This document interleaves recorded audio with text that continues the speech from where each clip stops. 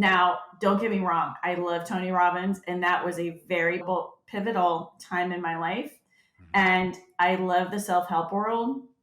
But back to what you were talking about earlier, here's what happens in the self-help world. I'll have what she's having.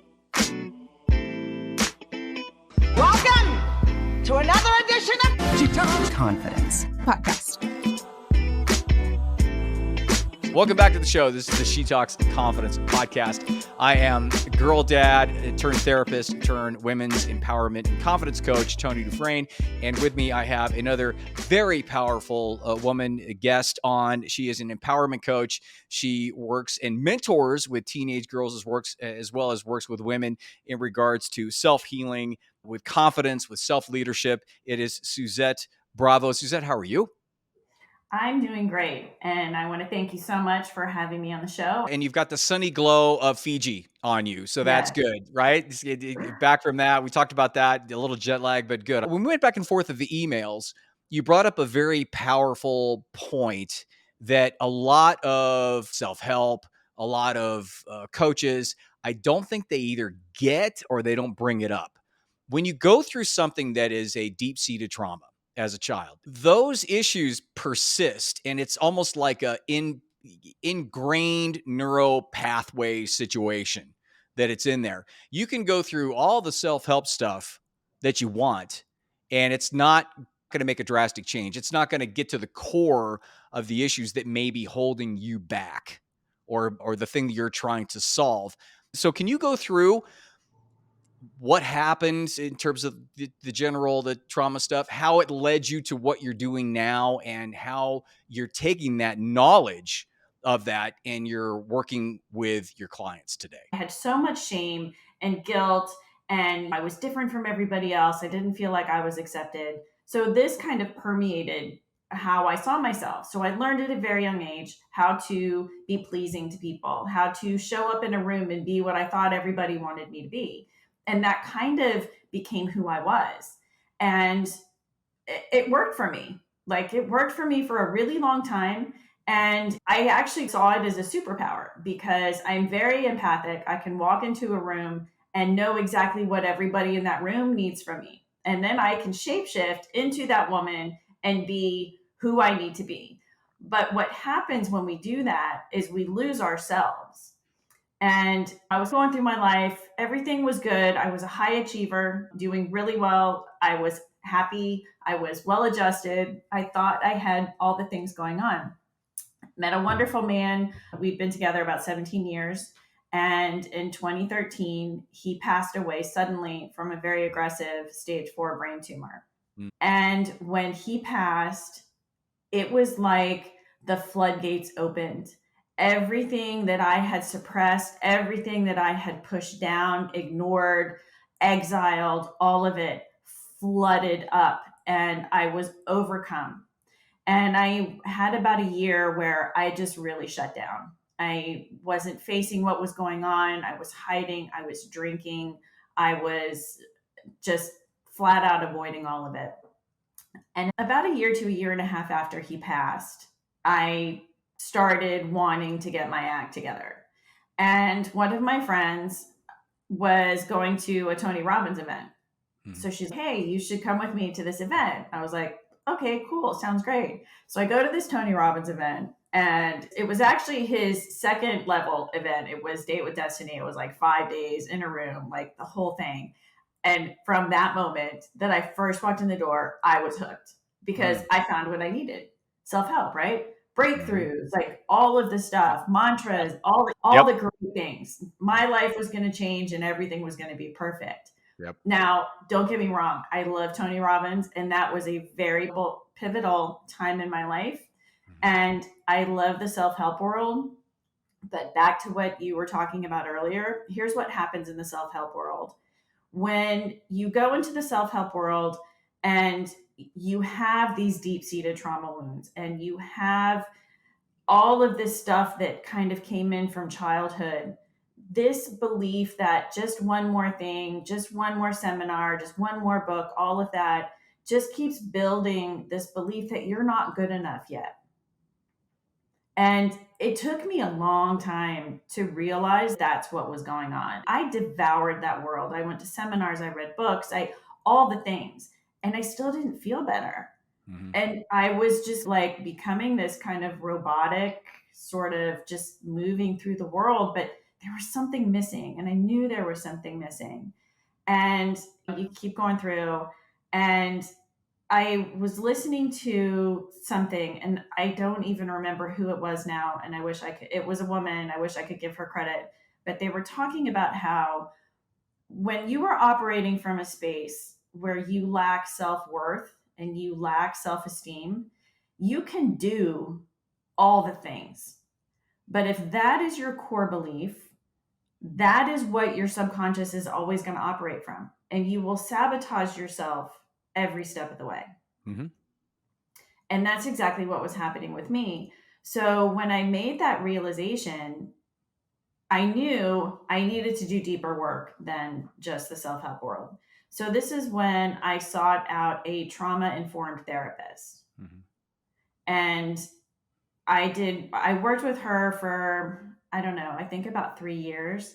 And that was when things really started to shift and really started to change for me, because I realized a couple of things. A, my self worth was what needed to be addressed. My self worth was driven by the trauma that happened in my childhood, and I was still very much suffering from that. And I also learned about somatic healing. Because the other thing that happens with trauma, especially, is it gets stored in our body and it stays in our body. And consciously, which is only 5% of how we operate, you feel like everything's good, but your subconscious, which is the other 95%, is still holding on to that. And that's what needs to be addressed. It's the deeper work that needs to happen. And that's where the challenging work really starts, because that's where you've got to dig out all of that and face it and look at it. And the other thing I found through that work, where you have to be very careful as well, is when you start doing that work, you can very much take on a victim mentality. Mm-hmm. And that can really trip you up as well. That's the victim mentality thing is such a good point. For the record, I went through the same, but not the same, but I went through some childhood trauma issues too, and went through the same process of going through a ton of self-help stuff and Tony Robbins back when he did his cassette tapes back in the day, Awaken the Giant Within, and then read the book and all that. You can go through so many things. And the worst part is that you can implement all of those things and do your affirmations. But what happens is that you get to the point where you are starting to become aware of things, but there's still something else that's in there that you're not being able to become aware of. And it still continues to guide you. From my perspective, and what I talk about with my clients, is it's an ego thing. It's a protective measure, because childhood trauma, really what happens is you're developing, it's almost like a pearl in a shell. You're developing layers around you for protection in a childhood trauma situation. And the unfortunate part about it is when we're kids, we see life very black or white, very binary. It's hard for us to nuance between something that's a terrible, tragic, horrible thing and something that is not great, but something that shouldn't impact us for the rest of our lives. And so with that, what happens is we develop these layers, these yes or no's, these Venn diagrams, if you will, to where if information comes in, we have to make the decision yes or no, whether it's like good or bad. And even though it might be not that bad, but we will classify it as bad. And then that's how we'll subconsciously we'll get set up in a defensive position. And so I see that in the childhood trauma part. And the fact is that when you do what I've seen is that when you do the self-help stuff, it helps on the surface stuff. It helps with the behavior stuff. It helps with the situational or contextual things. But when all that's done and you're sitting there by yourself, you're still kind of not shaken, but you're still a little stirred up. And there really isn't an answer for that. In my experience, there really isn't a one specific answer. There's more of an understanding of the energy being there. And like I always say, it's like having all your stuff, memories in a dark room, and you have them in boxes and they're on shelves. where the trauma is a big box in the middle of the floor. And every time you go into the closet, you trip on the stupid box. And it impacts everything else. So the trauma healing is about understanding that the box is there on the floor and picking it up and putting it on the shelf. It'll never go away, ever. But you can recognize that it's there and you place it where it's not going to impact everything else. That's how I see it. Yes, and I love that point because I think a lot of people, especially doing trauma work and healing work, feel like there's some destination that they're supposed to get to. Yeah. That you do the work and then all of a sudden you get to a point where you're not triggered anymore and things don't matter and you've overcome it and you've healed it and you've arrived at this place. But I don't believe that it's a destination that you arrive at. I believe it is a life's work. And that Mhm. is not to say that you need therapy for your whole life or that this is something that you're going to struggle with. It's not to say that at all. I talk to a lot of my clients when triggers and things like that come up and they get frustrated. They're like, I've done the work and I don't understand, why does this still trigger me? Those triggers are still going to happen. But as we heal and as we grow and we learn about ourselves, first of all, we acknowledge that those are triggers. And then we're able Mhm. to step back and look within and say, okay, what is it about this that's coming up? What is going on inside of me? What part of me right now needs a little bit of extra love? And when we can acknowledge and become aware of those triggers and those soft spots and those things that come up, one of I think the key points and one of the biggest things that women especially need to remember going through this is the first thing you have to do is you have to give yourself grace. You have to give yourself grace.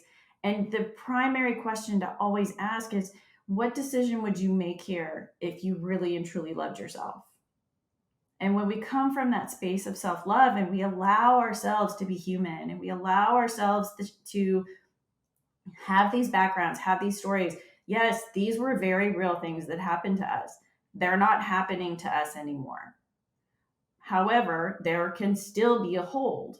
But we developed, and I love your languaging around it as well, but we developed these protector parts as children.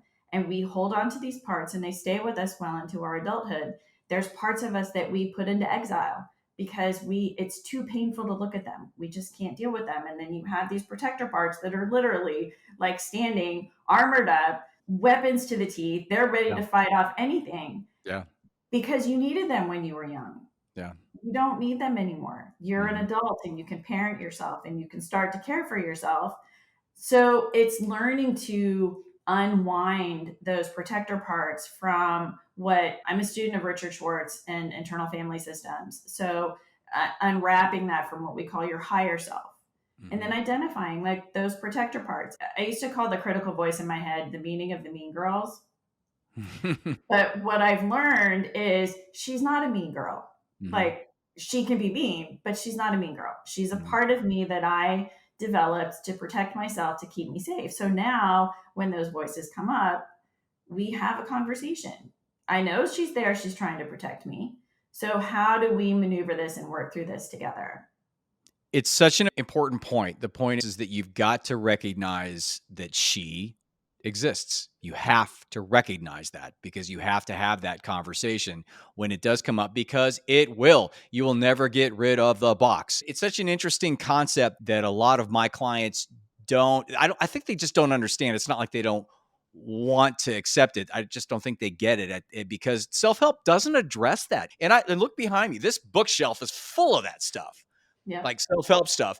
And it doesn't address the fact, unless somebody can show me a direct quote, that a lot of the stuff will continue to be there and you have to recognize it, but don't let it trigger you and empower you to take that road on, because that's the road that's not serving you, especially when we get older. All of a sudden now we have cognitive dissonance, which is that whole thing about basically it's your head, right? It's your brain. It's fighting each other. There's one side that says one thing, one side that says the total opposite.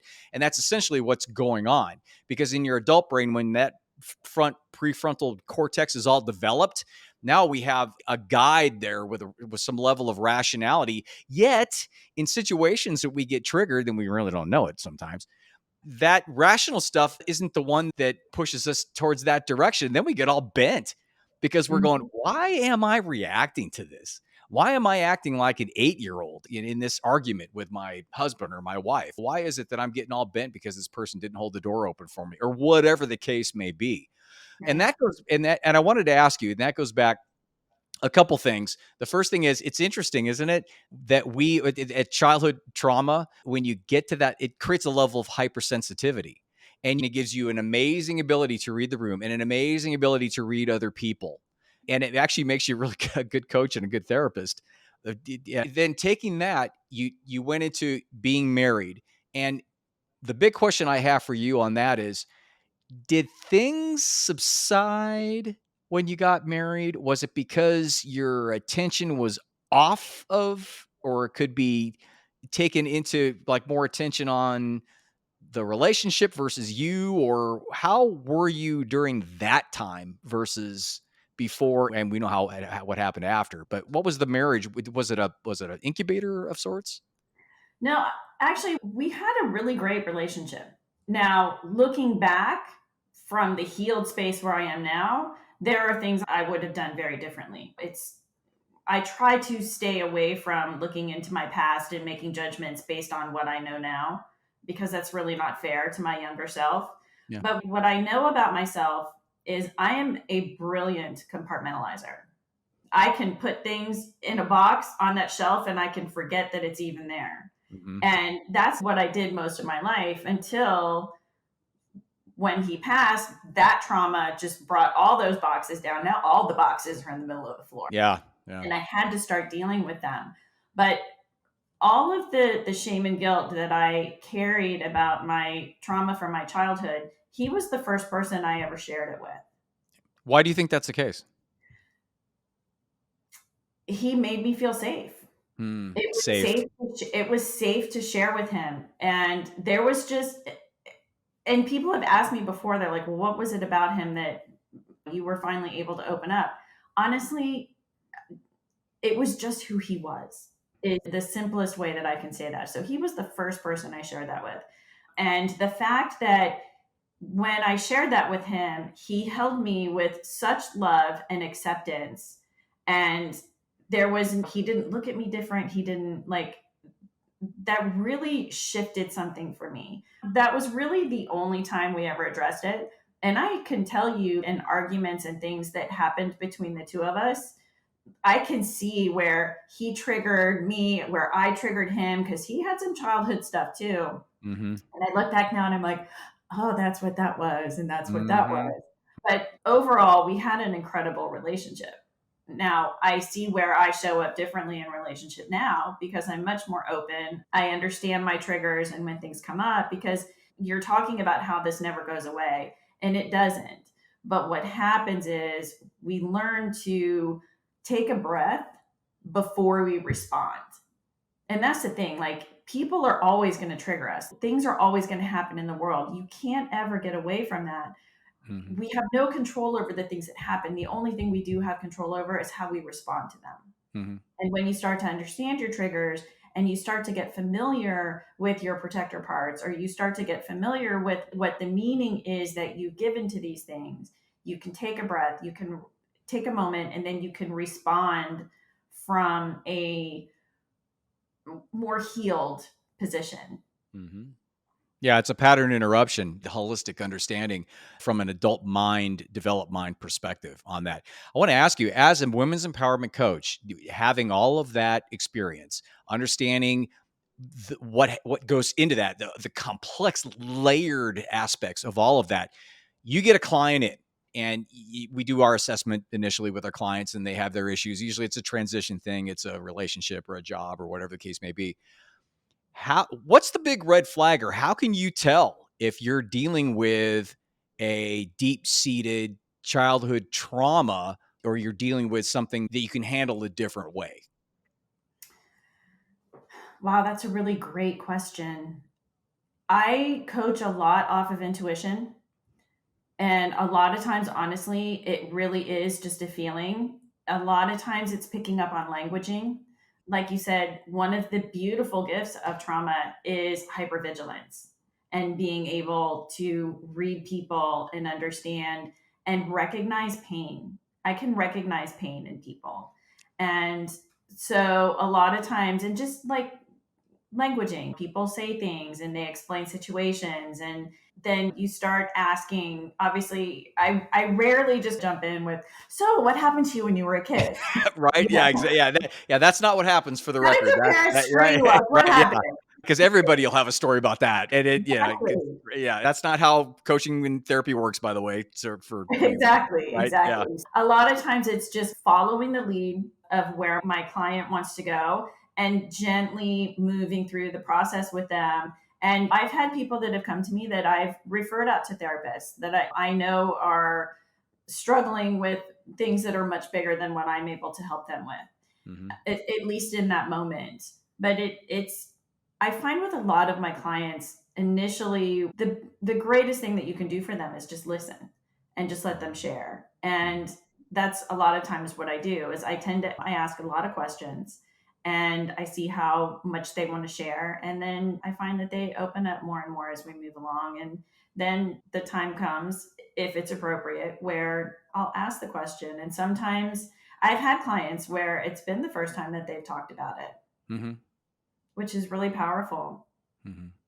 Yeah, and it comes down to hitting the right notes, creating the atmosphere of security, like you said, with safety, which is what your husband created an environment of safe.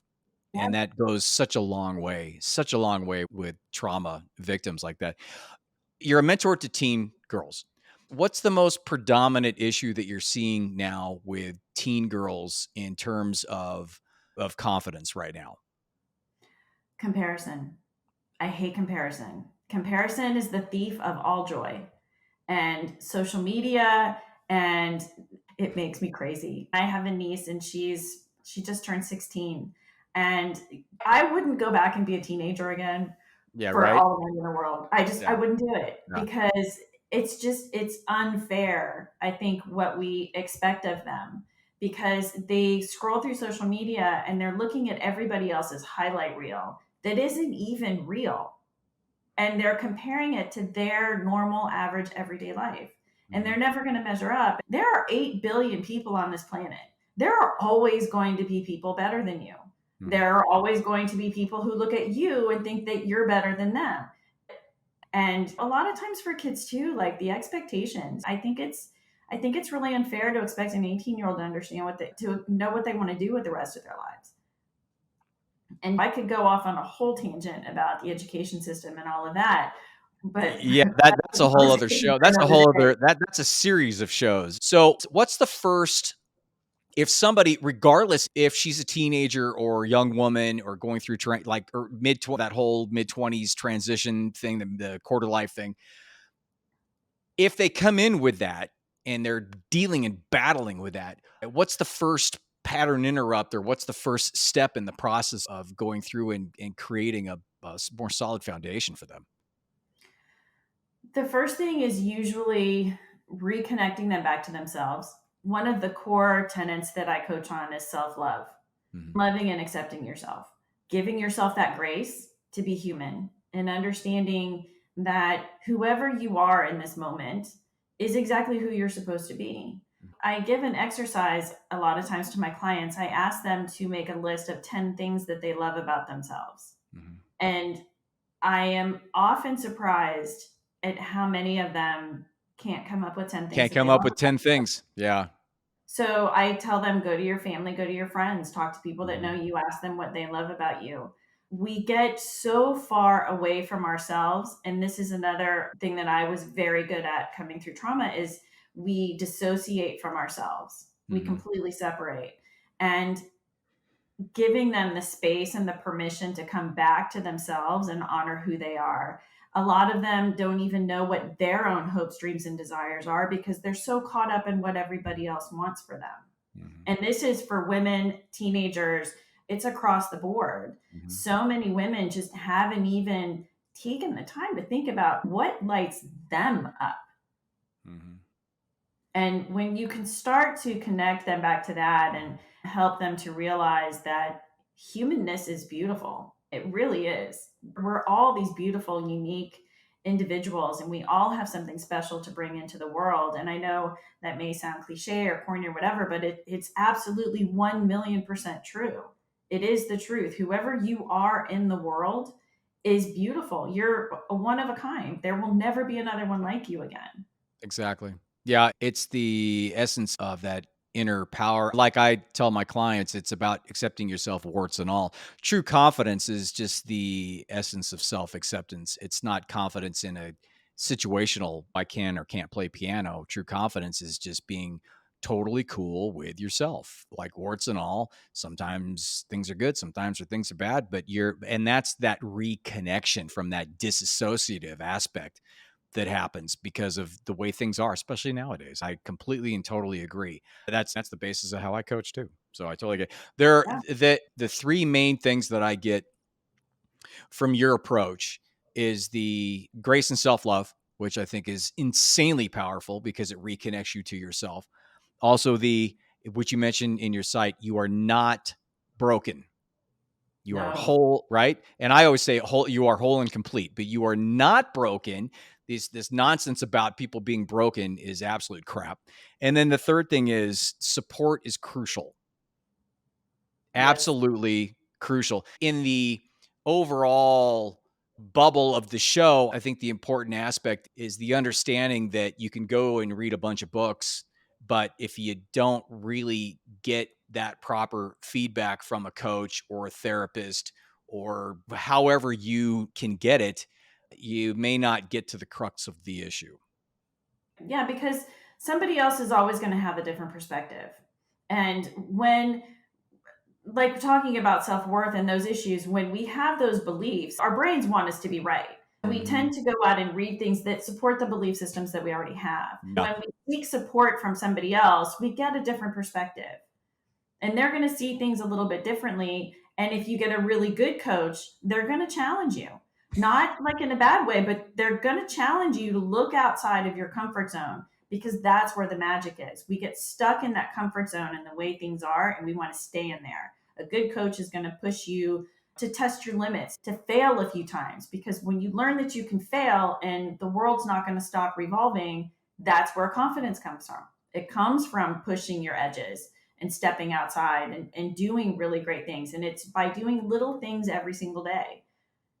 And when you do little things every single day to show yourself that you love yourself, over time, you build that muscle. Yeah, exactly. And it is. It's like building a muscle again. It's like your muscles atrophied and you're building it again. I just love that. And the fact is, you can't succeed unless you fail, if that makes any sense. The path 100%.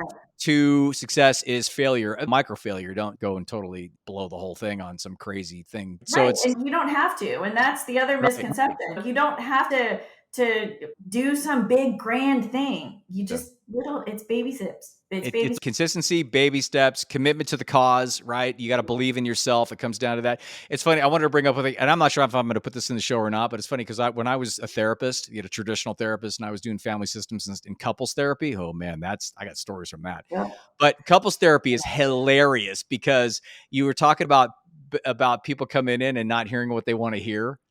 I cannot tell you how many times either the husband or the wife, either one, would come in and they'd start throwing out what was going on. And I'd say, this is what's happening.